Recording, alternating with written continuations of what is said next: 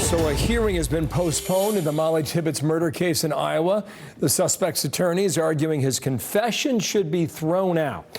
Dan Schorr is a former assistant district attorney and managing director of Ankara. How are you, sir? Good morning to you. Good morning. Good morning. There was a death on the attorneys on the defense side that postponed this today. It was not a legal matter. Why are they making the case the confession? Well, when the defendant was first given Miranda, he was told most of Miranda, but he wasn't told the part where they say that anything you say can be used against you, which people have probably seen on a lot of TV cop shows.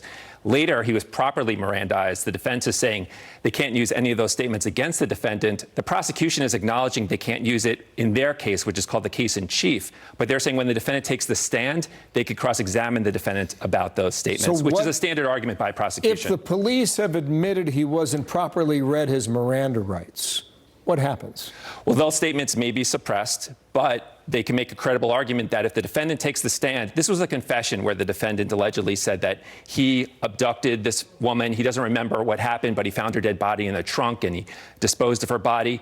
The defense is saying that they want all those statements thrown out. The prosecution is saying, yes, they can be thrown out and we can't use them. But if the defendant takes the stand and gives another story, they could then cross-examine him about his statements. Okay, so if you throw out the confession, the case is not lost on the prosecution. There's a lot of other evidence. First of all, the defendant was seen in the vicinity of the victim when she was jogging right before she disappeared. Her blood was found in his trunk, and he actually took law enforcement to the place in the cornfield where her body was found. So that all is very strong evidence of guilt. That's a lot. Right, and the prosecution is saying even if the statement is thrown out, we can still prove this case without that statement. Who makes the call on this confession? Is it the judge? Or? The judge. The judge will hear arguments from the prosecution, from the defense, and the judge could either allow the statement on cross-examination, or the judge can say we're not going to allow it at all. The prosecution is conceding that they can't use the beginning of his confession because later they did properly Mirandize him, but they concede that the parts of his statement that occurred after he was not properly Mirandized. Just listening to you then, sure. The case isn't a lost cause. It doesn't appear, based on what you're suggesting on the evidence,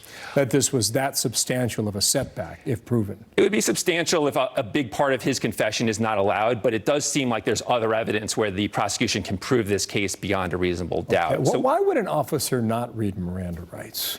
That's pretty much 101, is it not? Absolutely. It was obviously a mistake here, and the prosecution is conceding that a mistake was made, that there's a bunch of different things a defendant is told in Miranda. Part of that is anything you say can be used against you, and whoever was doing the Miranda did not read that part of it, and it's correct that, therefore, his statements after that should not be used in the prosecution's case. I'm seeing back in court on November 3rd, so we'll see what happens. I don't think we've seen him yet, have we? No, this was going to be the first time since his arrest where we were going to see him in public, so he'll be at the next court appearance. Dan Schorr, thank you so much. We'll see what happens then. Thank you for your analysis today. Appreciate it.